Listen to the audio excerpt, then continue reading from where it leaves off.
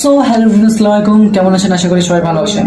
তো আজকে একটা খুবই গুরুত্বপূর্ণ টপিক নিয়ে আলোচনা করব, যেটা খুবই ইম্পর্টেন্ট এবং খুবই গুরুত্বপূর্ণ, যেটা আমাদের অনেকের প্রবলেম হয়ে থাকে যে আমরা বিজনেস তো করি, কিন্তু বিজনেসটাকে স্কেল কীভাবে করতে হয় সেটা জানি না, বিজনেসটাকে গ্রোথ কীভাবে করতে হয় সেটা জানি না।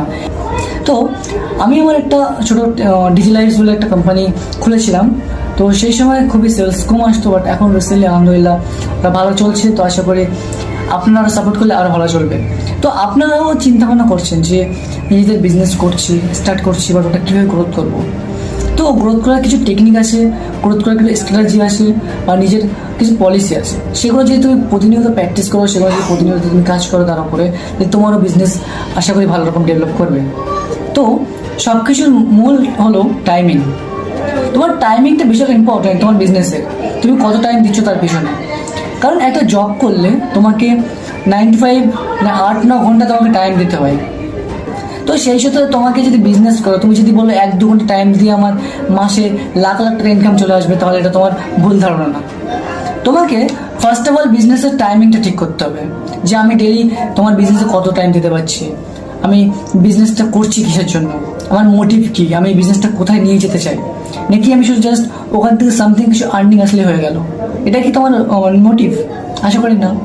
আমার মোটিভ হবে এটা যে মাসে আমি কীভাবে লক্ষ টাকা ইনকাম করবো, আমার কোম্পানিটাকে সার্ভিসটাকে আমি আরও বেশি লোকের কাছে পৌঁছে দেবো। অবশ্যই, তাই না?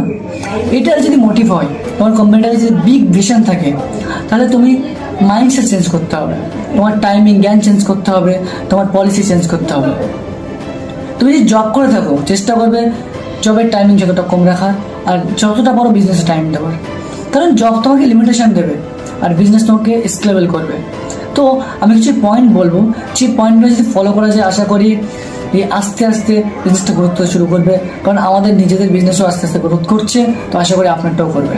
যেহেতু তুমি কাজ নিজেই করো, তুমি কোনো কোম্পানির সিইও না, বা বড় কোনো স্টাফ না, বা এমপ্লয় না, তো সেই ক্ষেত্রে তোমাকে ফার্স্ট কাজ হলো নিজের টিম বিল্ড করা, নিজের একটা প্রোডাক্ট বিল্ড করা, যেটা তুমি সার্ভিস দিতে পারবে কাস্টমারের কাছে। তো এই সব বিষয়গুলো তোমাকে ফলো করতে হবে, যে তুমি কীভাবে নিজের বিজনেসটাকে আরও স্কেলেবল করতে পারবে, নিজের বিজনেসটাকে আরও বড়ো করতে পারবে। তোমাকে ফার্স্ট প্রোডাক্টের উপরে ফোকাস করতে হবে, প্রোডাক্টের উপরে। তোমার যত ভালো প্রোডাক্ট হবে, যত ভালো সার্ভিস দিতে পারবে, তোমার কাছে লোক তত বেশি ক্লায়েন্ট আসতে শুরু করবে। তারপরে আস্তে আস্তে আস্তে তুমি নিজের টিম বিল্ড করো। তুমি যে প্রোডাক্টটা নিজে বানাচ্ছ, সেই প্রোডাক্টটা আরও স্কেলেবল করো, আরও গুড কন্ডিশনে করো, যাতে লোক পারচেস করলে বারবার মনে করে যে না, এই একটা প্রোডাক্ট নিয়ে আমার লাইফটাকে চেঞ্জিং হয়ে গেছে। যেমন আমাদের কাছে একটা প্রোডাক্ট আছে, all in one digital product bundle, যেখানে কেউ যদি